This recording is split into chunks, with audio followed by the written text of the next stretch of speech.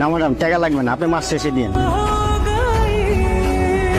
জি কে? Hello miss তোফা, আমি আপনার জন্য একটা জব অফার নিয়ে এসেছি। আমি আসলে আপনার কাছে এসেছি আমার ছেলেকে আপনার কাছে পড়াতে দেবো বলে। দাঁড়ান, আপনার সাথে আমার কথা আছে। কেন করতেছেন আপনি এসব? মানুষ মানুষের জন্য করে না। আপনি আমাকে কারণটা বলেন। ভালো লাগে, আপনাকে আমার ভালো লাগে তাই। ওই লোকটা আমার সবচেয়ে বড় হাসপাতালে নিয়ে ভালো একটা চিকিৎসা করাইছে। লোকটা তাসির হলে কি গো, অনেক ভালো মানুষ, দিল দরিয়া। আপনি গরমের মধ্যে থাকেন, কালকেই কাঁথা কিনবেন, ঠিক আছে?